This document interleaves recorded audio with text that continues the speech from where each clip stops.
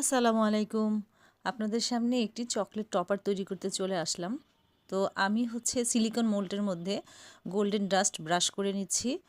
আমি আজকে এই গোল্ডেন ডাস্ট ব্রাশ করে তারপরে চকলেটটা মেল্ট করে এখানে আমি চকলেট টপারগুলি বানিয়ে নিব। যদিও আমি আজকে অতগুলি টপার তৈরি করছি না, অল্প কিছু টপার তৈরি করছি। যেহেতু শীতকাল খুব দ্রুতই সেট হয়ে যায়, এই জন্য ঝামেলামুক্ত খুব দ্রুতই আর কি চকলেটগুলি বানানো যায়। আর যাদের সমস্যা হবে তারা অবশ্যই একটু ফ্রিজে রেখে নেবেন। আশা করি আপনাদের উপকারে আসবে আমার এই শর্টসটি। যদি ভালো লাগে প্লিজ আমার চ্যানেলটি সাবস্ক্রাইব করবেন। আল্লাহ হাফেজ।